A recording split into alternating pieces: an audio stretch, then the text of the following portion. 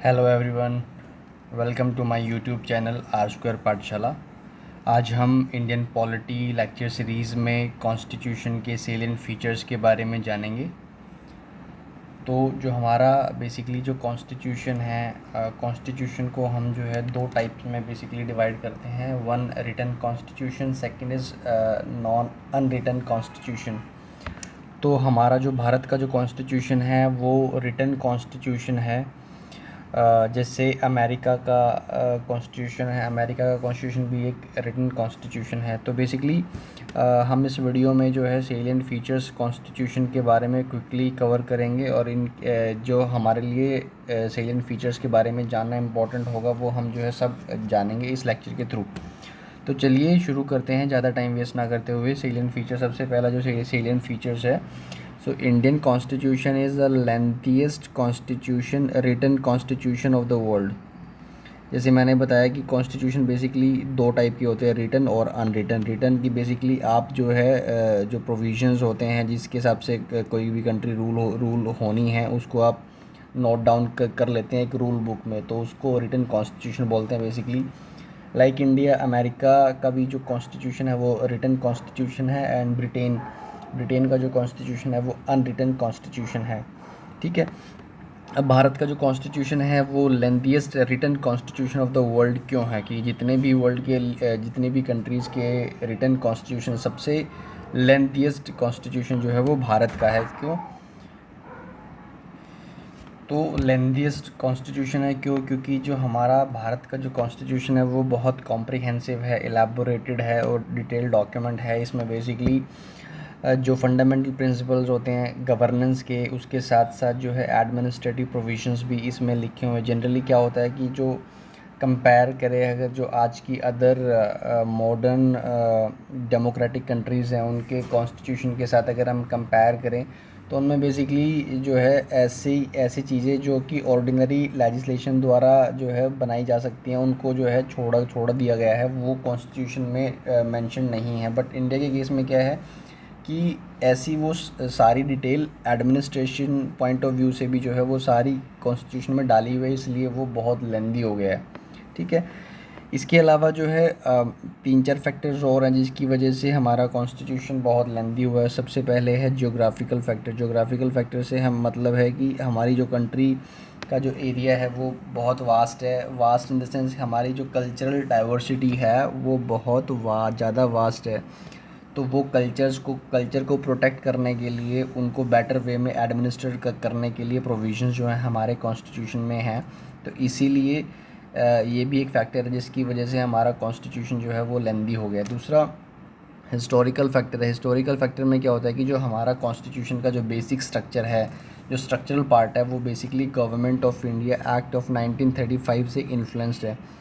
मतलब उसका जो स्ट्रक्चर था उससे हमने उठाया है कॉन्स्टिट्यूशन का हमारा स्ट्रक्चरल पार्ट। तो जो गवर्नमेंट ऑफ इंडिया एक्ट 1935 था वो अपने आप में एक बल्कि एक्ट था, उससे हमने उठाया, तो हमारा कॉन्स्टिट्यूशन भी जो है वो बल्कि हो गया, लेंदी हो गया। उसके अलावा जो है जैसे हमें सबको पता है कि India is A union of states, मतलब एक सिंगल कॉन्स्टिट्यूशन है सेंटर के लिए भी और स्टेट्स के लिए भी, एक्सेप्ट जम्मू एंड कश्मीर जिसका अलग से कॉन्स्टिट्यूशन था। तो बेसिकली सिंगल कॉन्स्टिट्यूशन में सेंटर और स्टेट्स दोनों के एडमिनिस्ट्रेशन के और फंडामेंटल जो गवर्नेंस के प्रिंसिपल्स है दोनों एक ही कॉन्स्टिट्यूशन में है। तो ये भी एक रीज़न है जिसकी वजह से कॉन्स्टिट्यूशन हमारा जो है बहुत लेंदी है। दूसरा कि जो उस टाइम पे जब कॉन्स्टिट्यूशन मेकिंग चल रही थी, जो कॉन्स्टिट्यूंट असेंबली के जो मेंबर थे वो मोस्टली जो है वो लीगल बैकग्राउंड के थे, जिसकी वजह से क्या हुआ कि जो कॉन्स्टिट्यूशन लिखा गया है वो लीगल पॉइंट ऑफ व्यू से लिखा गया है, जो कि अपने आप में एक लेंदी जो है वो हो गया है कॉन्स्टिट्यूशन। ठीक है। तो ये पहला फीचर था। सेकंड फीचर क्या है कि जो हमारा कॉन्स्टिट्यूशन है वो हमें जो है दुनिया के काफ़ी सारे कॉन्स्टिट्यूशन से हमने उसको अलग अलग टॉपिक्स पॉइंट्स उठाए हैं और हमारे कॉन्स्टिट्यूशन में डाले हैं। तो मतलब ड्रान फ्रॉम वेरियस सोर्सेज। इसके बारे में भी हम डिटेल में एक अलग से वीडियो करेंगे, हम देखेंगे कि कौन सी कंट्री के कॉन्स्टिट्यूशन से हमने क्या प्रोविज़न उठाए हैं, उसके बारे में हम डिस्कस करेंगे नेक्स्ट वीडियो में। बट बेसिकली जैसे मोटा मोटा एग्जांपल अगर मैं आपको दूं तो जैसे गवर्नमेंट ऑफ इंडिया एक्ट से हमने बेसिकली जो है जो स्ट्रक्चरल अरेंजमेंट है वो हमने उठाया है। ब्रिटिश कॉन्स्टिट्यूशन से जैसे हमने पार्लियामेंट्री फॉर्म ऑफ गवर्नमेंट उठाया है, बाइकैमरलिज्म उठाया है, सिंगल सिटीजनशिप उठाया है, rule of law making procedure, ये ब्रिटिश कॉन्स्टिट्यूशन से हमने उठाया है। इसीलिए हमने यूनाइटेड स्टेट्स ऑफ अमेरिका की कॉन्स्टिट्यूशन से उठाया है, Irish constitution, Canadian, Germany, USSR, Australian, ठीक है। ये सब कॉन्स्टिट्यूशन से हमने अलग अलग प्रोविजन से उठाए हैं, जो कि हम डिटेल में आगे पढ़ेंगे, ठीक है, नेक्स्ट वीडियो में बेसिकली। तो इसको अभी के लिए बस इतना जान लेते हैं कि हमारे कॉन्स्टिट्यूशन के जो प्रोविजंस हैं वो हमें डिफरेंट कॉन्स्टिट्यूशंस से हमने जो है उठाए हुए हैं। Okay, then it is a blend of rigidity and flexibility. इससे फिर रिजिडिटी और फ्लेक्सिबिलिटी से हमारा मतलब क्या है? बेसिकली रिजिडिटी का मतलब है कि कॉन्स्टिट्यूशन को अमेंड करने का जो प्रोसीजर है वो इतना रिजिड हो, और फ्लेक्सिबिलिटी से मतलब है कि कॉन्स्टिट्यूशन को अमेंड करने का प्रोसीजर फ्लेक्सिबल हो, मतलब इजी हो, आप इजीली उसको अमेंड कर सकते हैं, और इजीली नहीं कर पाते तो उसको हम रिजिड बोलते हैं। जैसे अमेरिका का जो कॉन्स्टिट्यूशन है उसको अगर आपको अमेंड करना है तो एक कॉम्प्लिकेटेड प्रोसीजर है, तो वो रिजिड कॉन्स्टिट्यूशन की कैटेगरी में आता है। ऑन द अदर हैंड जो ब्रिटेन का जो कॉन्स्टिट्यूशन है वो बेसिकली अनरिटन कॉन्स्टिट्यूशन है, तो उसको अमेंड करना बहुत ही इजी एक प्रोसीजर है, तो उसको हम फ्लेक्सिबल कॉन्स्टिट्यूशन की कैटेगरी में डालते हैं।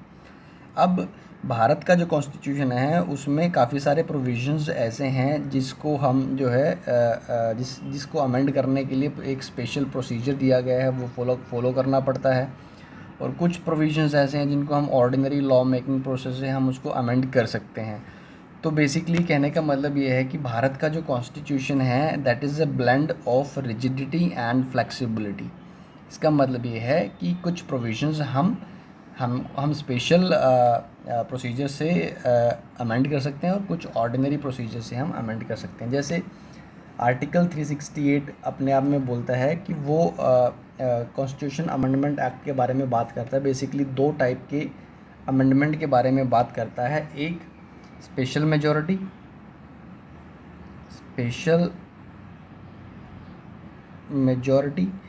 किसकी special majority? Special majority of the parliament. ये क्या होती है? Basically 2/3 members of the parliament of each house present and voting, present के 2/3, ठीक है, और ओवरऑल मेजॉरिटी, मेंबरशिप की मेजॉरिटी और 2/3 प्रेजेंट एंड वोटिंग। एक तो ये मेथड हो गया, कुछ प्रोविज़न इससे आप अमेंड कर सकते हैं। दूसरा क्या है कि कुछ जैसे है वो हम करेंगे basically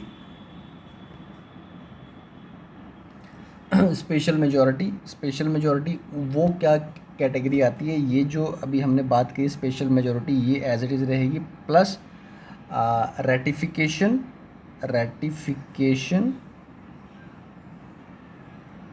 by half of the states. Basically 50% से ज़्यादा स्टेट्स की कंसेंट अपने को चाहिए स्पेशल मेजॉरिटी के साथ साथ। तो दो टाइप की प्रोविजन बेसिकली अमेंडमेंट प्रोसीजर हो गए, स्पेशल मेजॉरिटी, दूसरा special majority plus ratification by 50% of the states. अब जो स्टेट्स का रोल कहाँ आता है? ऐसे प्रोविज़न जो कॉन्स्टिट्यूशन में हैं जो कि डायरेक्टली और इनडायरेक्टली स्टेट्स को अफेक्ट करते हैं, तो ऐसे प्रोविजंस के लिए अपने जो है अमेंड करने के लिए स्टेट्स की कंसेंट लेना ज़रूरी है, 50% ऑफ द स्टेट्स की। जैसे इलेक्शन ऑफ प्रेसिडेंट, अब सिंस प्रेसिडेंट के इलेक्शन में स्टेट्स की जो इलेक्टेड रिप्रेजेंटेटिव्स होते हैं वो भी पार्टिसिपेट करते हैं। बेसिकली डायरेक्टली वो जो है स्टेट्स को इफेक्ट में उसका इम्प्लीकेशन आता है, इसीलिए स्टेट्स का रेटिफिकेशन चाहिए होता है। तो ये था हमारा मतलब कहने से blend of rigidity and flexibility.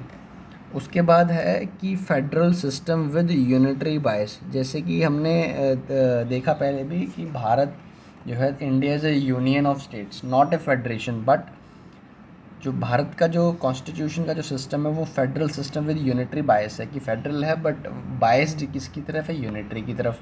But ये फेडरेशन भी नहीं है, फेडरेशन नाम का वर्ड कहीं भी कॉन्स्टिट्यूशन में कहीं लिखा नहीं है, इसकी जगह यूनियन ऑफ स्टेट्स लिखा है। अब इसका बेसिकली यूनियन ऑफ स्टेट्स का मतलब है कि कि जो यूनियन बनी है वो स्टेट्स के बीच में एग्रीमेंट से नहीं बनी है, जो कि जनरली फेडरेशन के बीच में होता है। अक्सर फेडरेशन जो है म्यूचुअल कंसेंसस से बनता है, ठीक है। दूसरा, सिंस ये एग्रीमेंट से नहीं बना है तो कोई भी जो स्टेट है वो यूनियन से सिसीड नहीं कर सकता, इससे बाहर नहीं आ सकता। तो ये यूनियन ऑफ इंडिया ये दो चीज़ें जो है वो इंडिकेट करता है, ठीक है। अब जैसे फेडरल सिस्टम इसमें कैसे क्या है कि जो एक गवर्नमेंट है मेरी नेशनल लेवल पे, एक गवर्नमेंट है मेरी स्टेट लेवल पे। तो बेसिकली सेंटर और स्टेट्स के बीच में जो है डिवीज़न ऑफ पावर है ना। मतलब जो मैं फेडरल प्रोविज़न की तरफ बात करूं तो फेडरल प्रोविज़न कौन कौन से हैं, जैसे टू गवर्नमेंट, एक नेशनल और एक सेंटर, दोनों के बीच में डिवीज़न ऑफ पावर है। जुडिशरी इंडिपेंडेंट है, bicameralism, Lok Sabha representing the nation as a whole and Rajya Sabha representing the states. तो ये बेसिकली मेरे कुछ फेडरल प्रोविजंस है। इसके साथ साथ यूनिटरी प्रोविजंस भी है। यूनिटरी प्रोविजंस जैसे कि सिंगल कॉन्स्टिट्यूशन है सेंटर स्टेट्स के लिए, ठीक है। इमरजेंसी प्रोविजंस हैं, इमरजेंसी के केस में जो है जो लेजिस्लेटिव पावर होती है स्टेट्स की वो जो है हट जाती है, वो ख़त्म हो जाती है और सेंटर ही उसको लेजिस्लेट करता है। दूसरा, सिंगल सिटीजनशिप है। तो कुछ प्रोविजंस हैं जो मेरे यूनिटरी हैं, कुछ प्रोविजंस हैं जो फेडरल है, but Indian constitution is more unitary biased. Clear.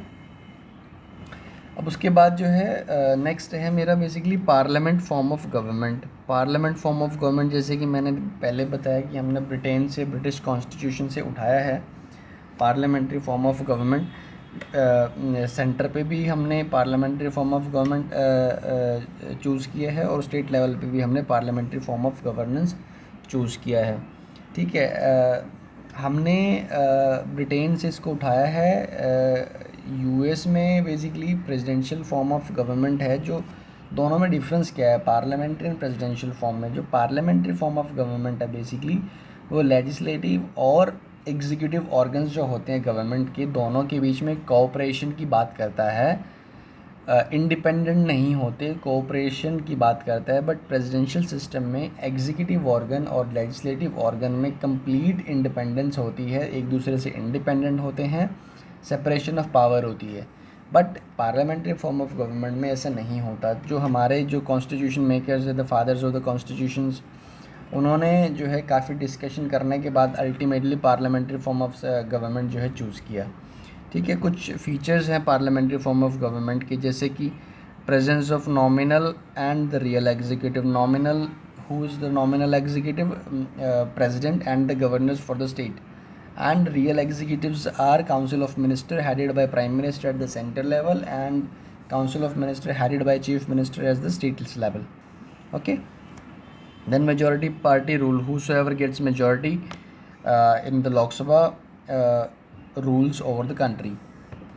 Then collective responsibility of the executive to the legislatures. This is important feature of parliamentary form of government.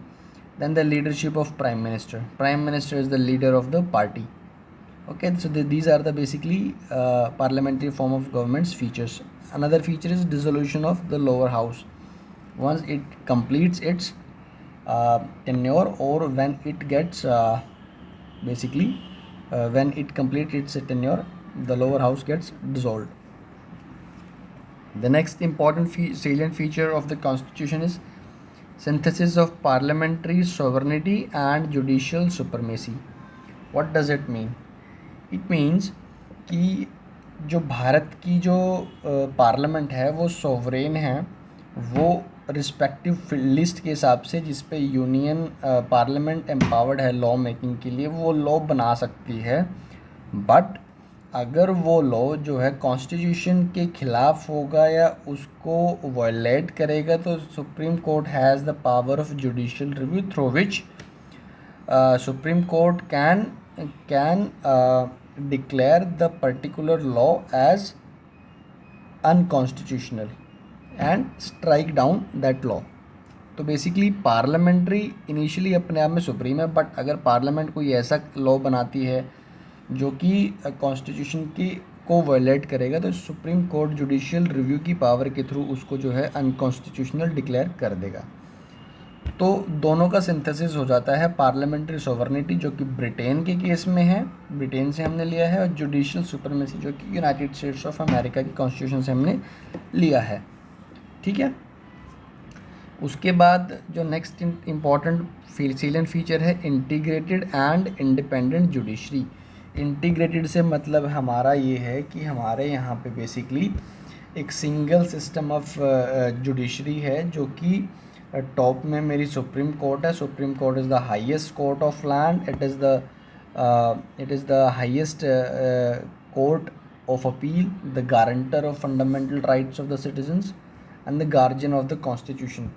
ठीक है, ये टॉप पे मेरी सुप्रीम कोर्ट बैठी है। फिर हर एक स्टेट्स में उसके नीचे जो है हाई कोर्ट्स हैं, और हाई कोर्ट के नीचे एक हायरार्की ऑफ कोर्ट्स है। एक पर्टिकुलर स्टेट्स में हाई कोर्ट के नीचे डिस्ट्रिक्ट लेवल पर डिस्ट्रिक्ट कोर्ट्स होते हैं, फिर उसके नीचे सबॉर्डिनेट्स कोर्ट होते हैं। तो बेसिकली ये जो पूरी हायरार्की ऑफ कोर्ट्स है, ये single system of basically single system मतलब बेसिकली दोनों सेंट्रल, फेडरल और स्टेट दोनों लॉज को जो है इन्फोर्स करती है स्टेट जुडिशरी दोनों को। ठीक है। तो यहाँ पे क्या है कि हाई कोर्ट को और सुप्रीम कोर्ट को दोनों को कॉन्स्टिट्यूशन के इंटरप्रिटेशन की पावर है। ठीक है, दोनों सेंटर और स्टेट लॉ को इन्फोर्स करा सकते हैं। ठीक है। जो एक बेसिक डिफरेंस है यूएस के कॉन्स्टिट्यूशन से वो ये है कि यूएस में जो फेडरल कोर्ट होती है, जैसे वहाँ की जो सुप्रीम कोर्ट है, वो फेडरल लॉज पे ही फेडरल लॉज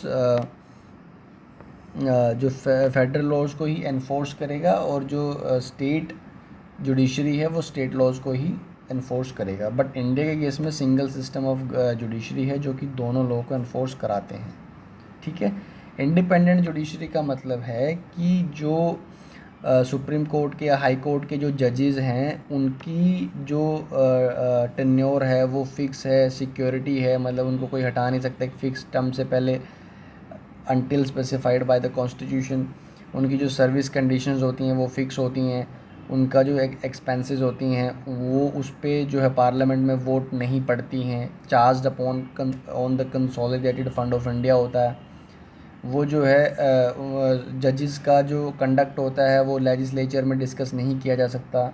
जजेस जो है रिटायरमेंट के बाद प्रैक्टिस नहीं कर सकते, है ना। और जजेस के सुप्रीम कोर्ट और हाई कोर्ट के पास कंटेम्प्ट की जो है बेसिकली पावर उनके पास है।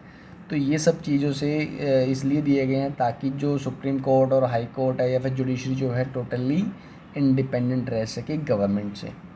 ठीक है, आई थिंक आपको क्लियर हो गया होगा integrated and judiciary, independent judiciary.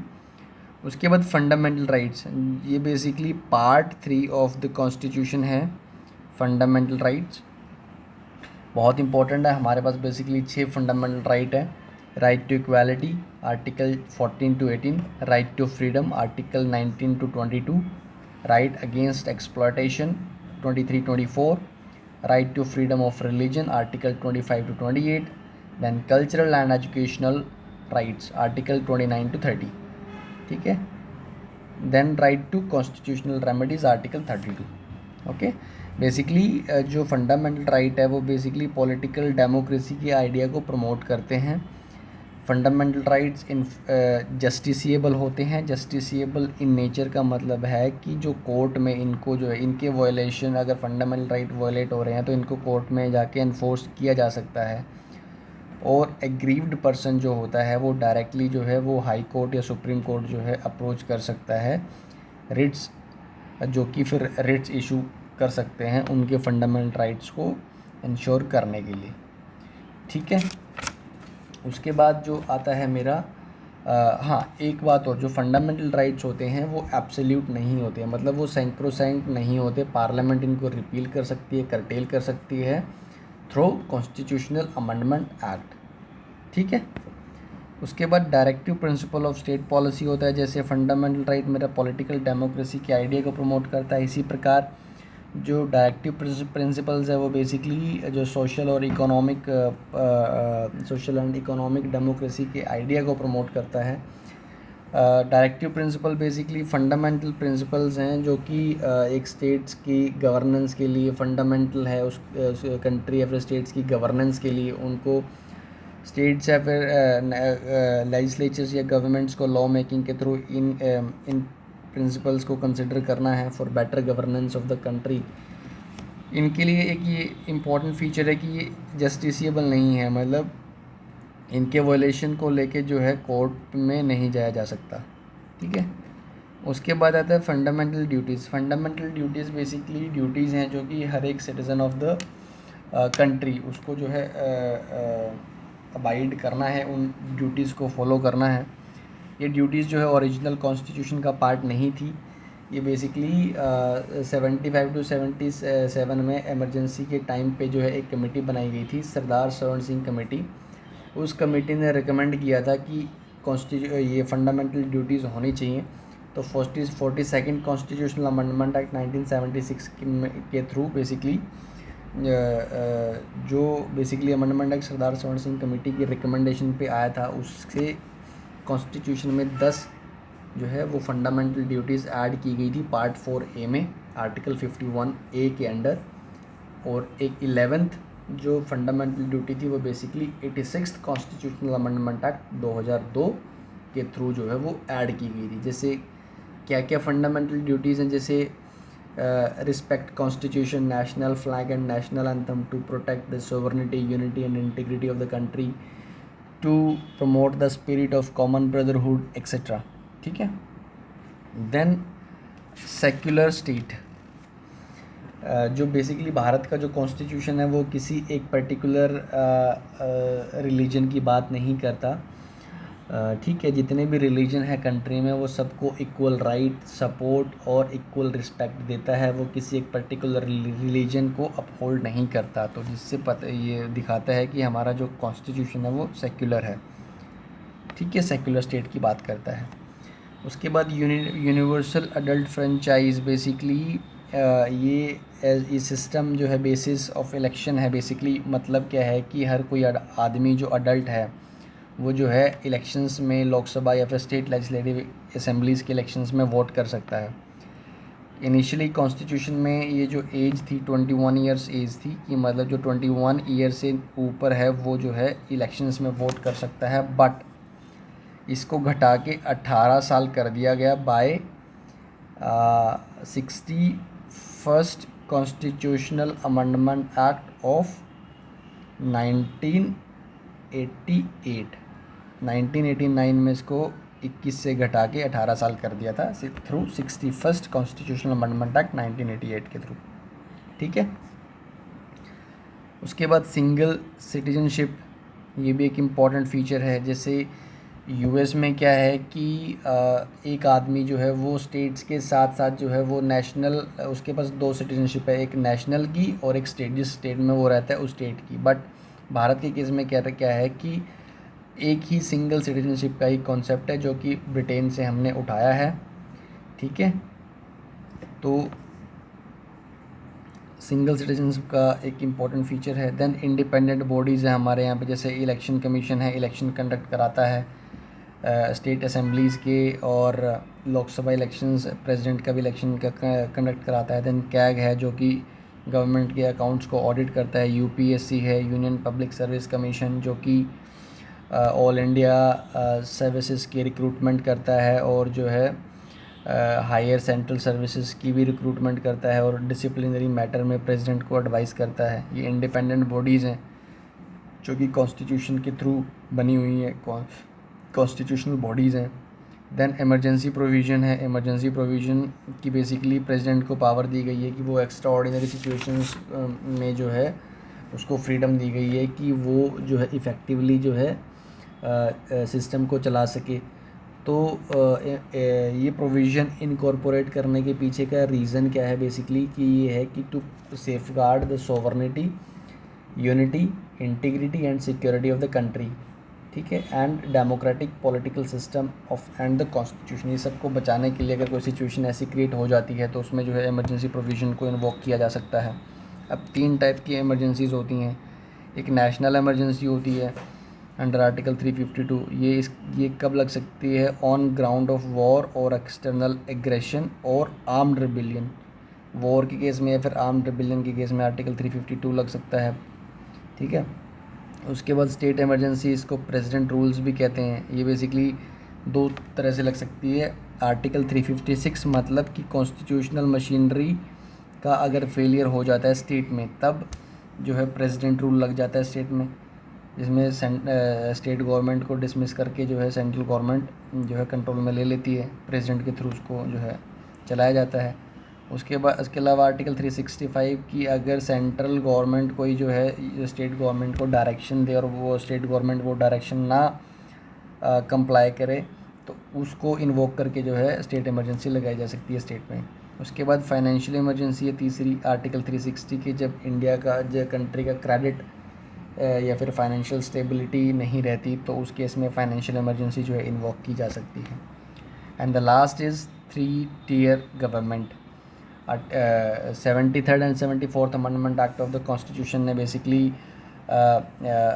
3rd tier जो है वो ऐड किया था कॉन्स्टिट्यूशन में।